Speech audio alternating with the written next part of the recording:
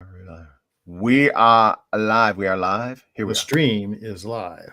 are. Lucas is in here. Carrie's in here already. All right. Hello, sir. Eureka, Lucas, Chloe. Chloe. Yep. All right. Hi, Chloe. Eurek. I call her Carrie. Her name is Carrie. Okay. How you doing, Mike? I'm good. How are you? Not too bad. I had a crazy busy morning already. Oh yeah. Well, Friday mornings I do at 7 a.m. Pacific time. I do a show called Friday Morning Fiasco with a guy named Doug TenNapel. Doug is the creator of Earthworm Jim. Do you recall Earthworm Jim? No, I don't. He's a Christian guy that used to work in the industry, and now he's a big YouTuber friend of mine. He's got an exploding channel. Anyway, he and I and one other guy do a show called Friday Morning Fiasco on another platform. It's not on YouTube. It's on a platform where you can't get canceled. You can say whatever you want. But this morning, he's decided he's going to take some of our conversations, because it's about a 40 to 45 minute episode that we do, and he's going to take one of our topics and he's going to put it on his channel. And his channel right now, he's got like maybe he's past 300,000 subscribers, but he gets hundreds of thousands of views on all the videos he posts. So cool. he's gonna post one of ours over there, and he made sure that I said where people can find me, and I said This Way Network, and that's where we are right here. In fact, I gotta fix the brand. Hopefully somebody found us. Well, I think he's going to be doing this on a regular basis. He's doing it to help our other friend's channel who's got on YouTube, but we're gonna benefit from it probably a little bit here on This Way Network. We're not too proud to take help, are we? Right. And so on Friday mornings I do that, and then I do Bible every morning right before I do the chat session. So Fridays are busy for me, but I'm good. I'm here. All right. I'm gonna toss to you. You have a topic picked out for us. The topic is the problem of YouTubers with ponytails. I think it's completely out of control, especially when they're wearing Dodger hats. That's just this is an LA hat. It's an LA. It doesn't say Dodgers on here anywhere, does it? Right? Oh, come on. It says Dodgers under here. I think this over here says Dodgers. I grew up a Dodger fan, but now it's a black hat. Yeah, that's right. LA guys wear the black hats, yes. Yeah. And ponytails. Oh. You want me to let my hair down instead? Well, I don't know. You got the Gandalf look. I kind of missed that Gandalf the Gray look. All right, here we go. I'll do it. There you go. I got to get it out of the hat. There we Ladies and gentlemen, Michael Gablek letting it all hang down. My wife actually prefers this. She does. Oh, I'm sure she does. Who likes a guy in a ponytail? I'm sure she'll thank me. She'd rather not have the hair at all, but she'd rather me wear the hat with this, right? She doesn't want me to take the hat off. She doesn't want the ponytail. She'd rather the hat. This is right now what she can tolerate. So, all right. She has you well trained, as my wife has me trained. All right. So the topic, seriously, back to seriousness. No, I want to talk about the AI controversy, Google's Gemini AI, and the disaster that it was. But is it really a disaster, or is this really what the future holds for us? What do you think? Well, you want me to give my thoughts first? Please do. So obviously it makes me laugh that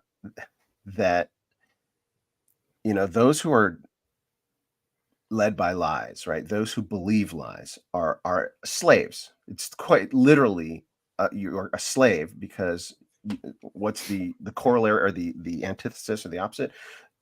Know the truth sets you free, right? Free. You're not a slave, right? Those who know the truth and accept the truth are free, but those who believe lies are enslaved by those lies. And when they're enslaved by those lies, they can't even tell. They can't even see that they're enslaved. And so everything they do is infected or affected by their false worldview. And that's what's borne out in this, right? They couldn't even think of the questions to ask to test to reveal these kinds of things. They can't even think outside of their bubble. Like, what if people start asking these kinds of questions that will expose it? They can't even do that. And they release this huge release of a product, right? This is Google that's been developing a huge product. They've dumped a ton of money in the research and development of this thing. And here we go. We've got a big product release and it's going to be huge. And we're going to corner the market on AI, et cetera, et cetera. And it's like literally the largest, and this was an article I read yesterday, the largest like bungle of a product release in history, right? This is Really hugely costly and expensive because they've been exposed. And I love it because for me, it doesn't show, oh no, AI is taking over. It shows the people that are so deceived are going to be exposed no matter what. Right? There's nothing to worry about with AI. I don't mean to say, yes, there's plenty of people that are going to abuse AI, but they're exposed. Like now all the competitors are like, we know what not to do.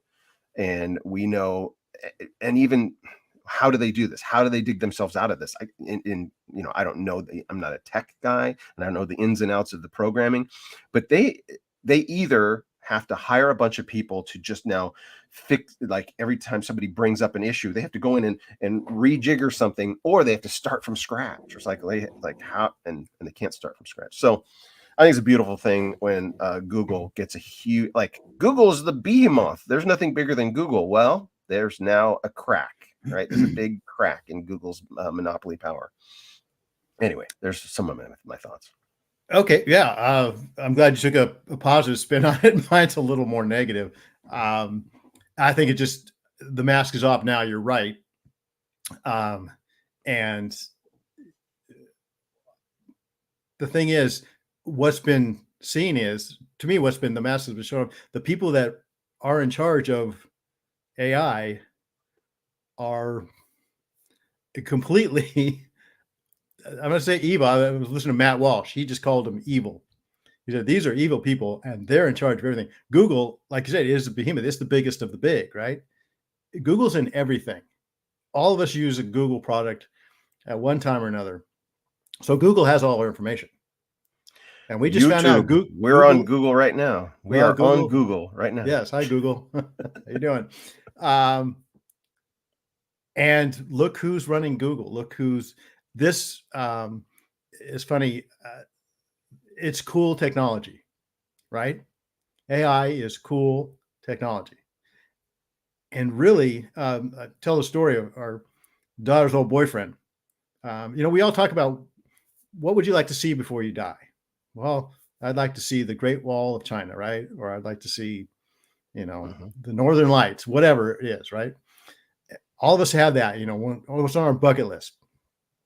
Well, our daughter was dating, and when she was in high school, she was dating this kid who's a coder, right? And he's all about technology. And he goes, you know what? Before I die, I just want to see some cool technology before I die, some more cool technology.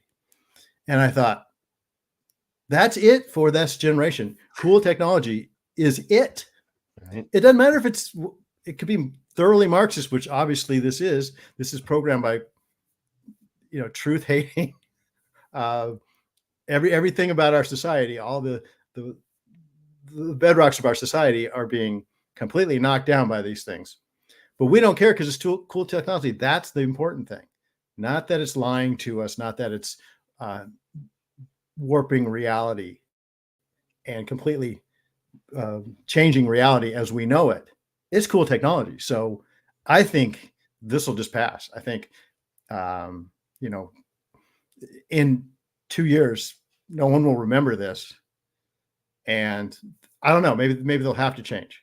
Maybe, this is a bigger sea change than I think.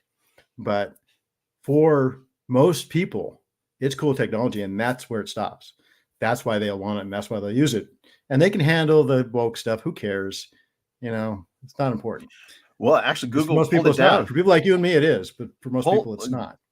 Google pulled it, right? They pulled it from the shelves, right? It's like they had to take it, make it unavailable, right? It's not like, just going to go away. They have to go back and do a re-release. This is bad for people that have been investing in the marketing of their huge new release. This was the major release, so it's not a little thing.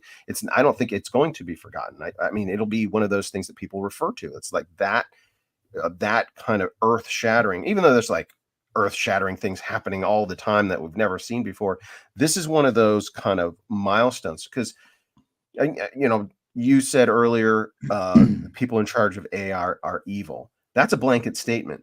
AI is not owned by anybody. There's nobody that's exclusively in charge of AI. There are probably 1,000 different companies developing AI, right? It's not just Google. There's a bunch. And so there are inevitably Christian groups developing AI, right? And so the AI that works the best is the one that's going to rise to the top. That's why everybody's getting in on it, trying to figure out, and there'll be products that come out that are successful. Here's a product that came out that was not successful. It's like exposed. Not only did it expose the bias in the department of Google that was developing AI, but this is the bias that's all through Google's search algorithm, right? It's the same. There's studies done where you look up topics and 97% of the topics are all one-sided, right? And you'll have to scroll down to find any divergence. And that's how Google, that's how social engineering is happening. That's how elections are swayed, right? But we're gonna only push this one point of view, and it ultimately has an effect on people. But now being exposed like this, it's not good. And I see, yes, there are bad things that happen and people that abuse technology, but technology ultimately works for the good. Is it good to have a car, or is it evil to have a car? Well, yes, both, right? Depend on who has the car. Same way with AI. Yes, there's somebody who's a power broker at the top that is using AI, for evil. However, you see things like that you never expected before, like the richest man in the world buying Twitter, right? It's an example of like, oh, okay, that is devastating to those who think they have the grip of power, right? There are always powerful people doing the right thing, contradicting, and the nature of news, right? It's the dirty laundry that gets, if it bleeds, it leads, right? And so we're biased by our news consumption. There's so much good happening in the world. We just read the bad stuff all the time and makes us think that it's mostly bad stuff. But yeah, it's dangerous. Right. But well, yeah. But like you said, Google, though, yeah, there are a lot of AI. I don't know about Christian groups. I'm sure there are. But these days, I mean, there are a lot of Christian musicians too. I don't trust any one of them to be healthy in their worldview and to lead me in worship. No, thank you. Bob Dylan. Oh, you're going back in the day, man. You are going way back in the day. But that's a good, or Kanye. How about Kanye? That's the same thing, right? But no, a friend of mine who wrote a book, author on Why Men Hate Going to Church, Dave Murrow, him and I were talking about back in the day when we were worried about how the evil, our parents were worried about the evil rock influence on Christian music, and how Christian, we can't go into that cesspool of rock and roll with Christian music. And he thought, oh, weren't they wrong? And I'm like, I don't think so. They might've been right. We might've been wrong in saying, oh no, we're going to redeem it. You gotta be careful where you go in the world and thinking you're going to shine light. If you don't have that strong basis in truth, like you were saying, the world's going to assault you more than you're going to assault the world. And that's what's happened in so much of Christianity. And what I'm really seeing in this is not that, oh, it's going to be a complete disaster. This is going to lead to battles for truth and reality that we as Christians are not being equipped to fight. We're so worried about, first of all, our image in the world, how the world thinks of us. Oh, the world can't think we're hateful bigots or whatever, or homophobes, whatever that is, right? We're so worried about that we're constantly compromising our message and abandoning our hold on truth, and thinking if we just turn up the music a little louder or get this smoke, we should put on a better show. That's where all our energies are going. It's not going, we're not being led by leaders who see the threat as it is, and are training their flocks to stand for truth and to stand for the reality of the Christian worldview that we know. So this, I think, is just another thing. I know there are other AI platforms. I saw one that's called Gab AI, and that's an unwoke. One of the guys I was watching on this last night pointed to Gab, and they're, the whole thing was, give me a picture of George Washington or the founding fathers, and of course they're all black, right? Or show me a picture of a Viking, and there's Chinese Vikings or whatever there was, right? Female, whatever, lesbian Vikings. I don't know what it was, but I saw one. Not to interrupt. Well, to interrupt. No, go ahead. I saw one. The guy who wrote the article was like, so I said, give me a picture of 4 normal. I forget the phrasing, but your 4 professional hockey players. And it shows this picture of these 3 hockey players, and one of them's an overweight, like dark complected woman, like in a hockey uniform. And I was like, yeah, right. That's right. A professional hockey. No, never ever in the NHL have you ever seen that. Right.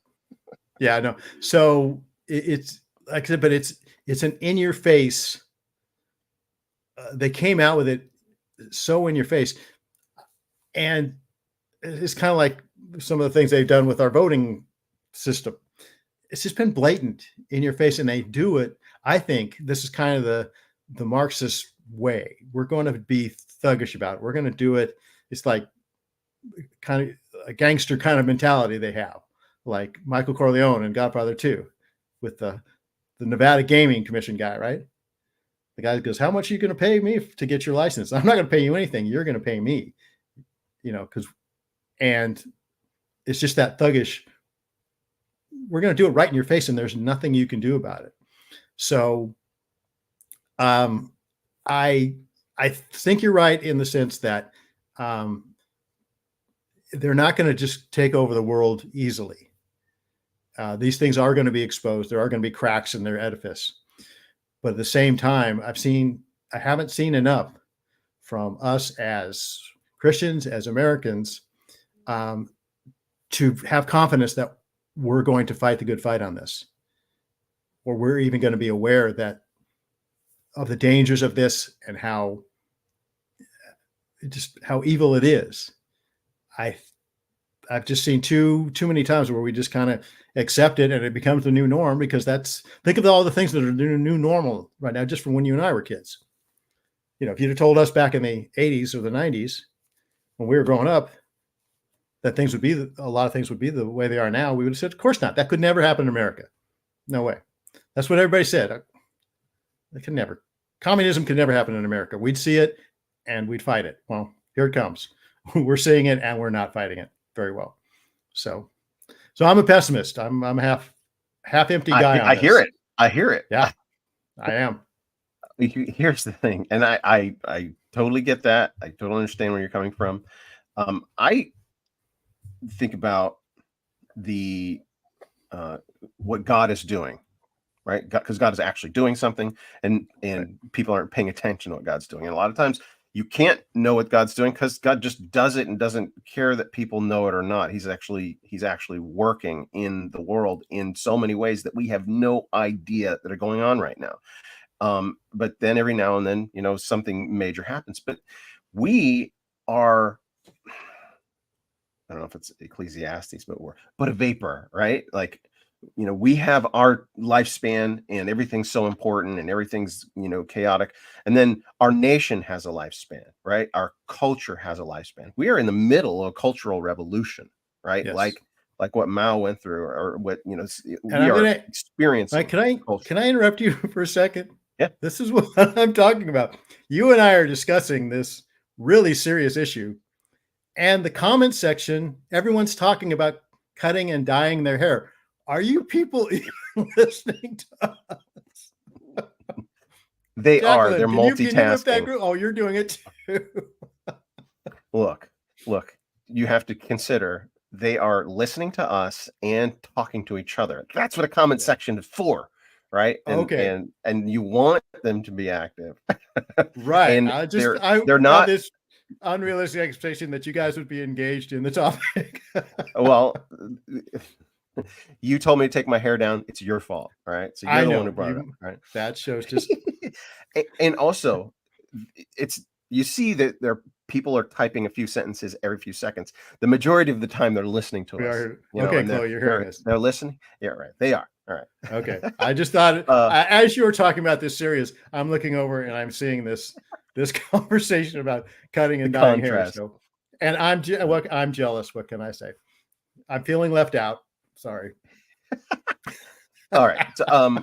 So I look at I try to, as often as possible, look from a God's eye view, right? He's doing something. I don't know every detail he's doing. I know what he's doing in my life. I try to stay focused on that, what he's doing in my life and how I can affect others and what I can use my energies for to advance the kingdom of God, right? But the United States of America is going through a transformation. It's not always going to be like this. And it's one of the things that Doug Wilson says all the time. Anything that can't continue won't, right? The Marxism eats itself, right? And Right. demographics, Christians say, be fruitful and multiply. That will never change, right? The Bible says, be fruitful and multiply. So those Christians who are obedient to the Bible are just going to be producing more and more people, right? More and more people. And those that say, sterilize your children or kill them in the womb, or don't have children because you're a disease, those people get smaller and smaller, right? We're in the midst of a conflagration, but the evil is diminishing as it exposes itself, as Christianity quietly increases. Something like a pandemic and lockdowns expose who the real, Bible believing and obeying Christians are and who are not, right? And that's good, right? It's good that the evil is exposed, and we can see it and be frustrated by it. But Christians are at the cutting edge of a lot of everything, right? And so, because AI is a brand new technology that's on the rise, and evil corporations are using it, doesn't mean they're going to be in charge of it forever. And that's the truth with every technology. Like the technology we have right now, and I may have told this story here before, but it bears repeating in this context. The telegraph, right? The telegraph, the evil leader of the Ottoman Empire in 1914 and 1915 during World War I, at the beginning of World War I, he used the telegraph to order. I got the map facing the wrong way. The map behind me. He was over here. Over here in Istanbul, right? That's Istanbul, right at the tip of my finger.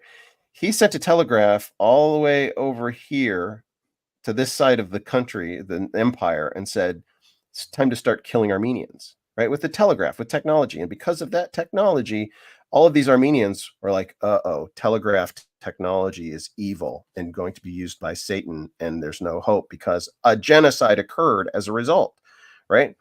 So did we stop developing technology? Did we stop with the telegraph? No, right? So today we have way beyond telegraph, but the gospel is spread with a telegraph, right? Mm-hmm. So yes, it's in the heart of humans that there's evil that is used to do great evil, but God is in control, and he's going to use it for good. I don't doubt. I never doubt God's in control. I never worry about if God's in control or not. I worry about whether his people are faithful to him. And that's my thing. What you say is true. But we are not prepared. And that's how do we get prepared, Mike? How do we get our leaders to stop focusing on our image? And how do we get them to start focusing on standing for truth and the reality of the Christian worldview? How do we do that? How do we keep, like you said, even with that technology led to a Holocaust. That's a lot of pain and grief for Christians. This coming, like I said, mask is off.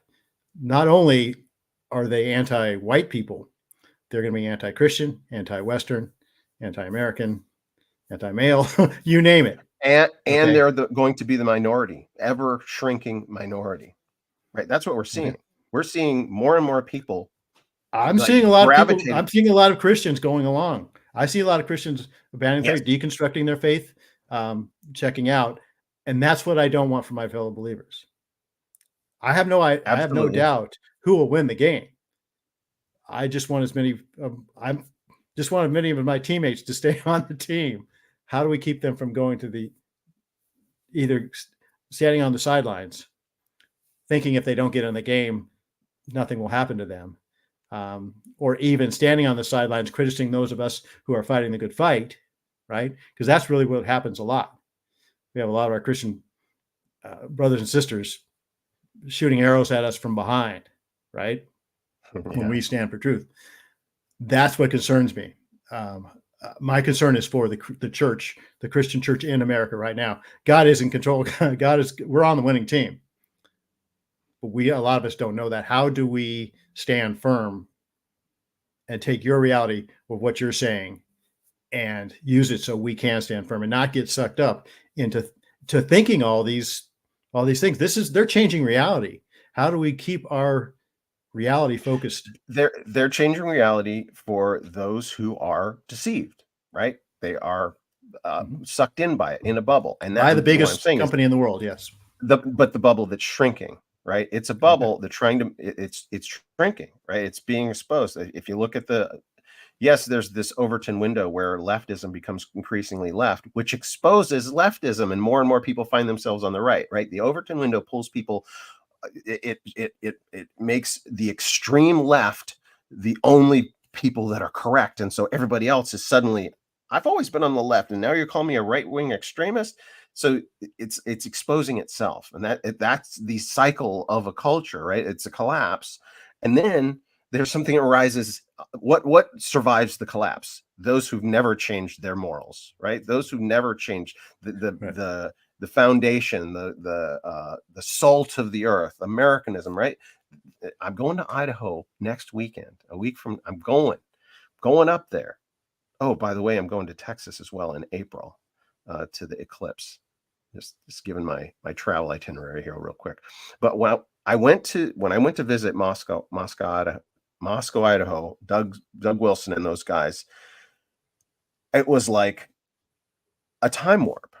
Right? It was like stepping back in time. It's like this, you just feel it, even though, there's a secular university in town, etc. But like this Christianity is really affected and transformed this town. It's like a model that can be replicated and is being replicated. It's like a hub. There are people seeing what's going on there and wanting to reproduce it. I myself want to be, I got a steeper hill to climb here in LA, in Southern California, but to have that kind of influence, it's doable. It's like Doug just reported on, I guess they do an assessment, their demographics, internal demographics, like their ministry, the people that are part of the church and everything.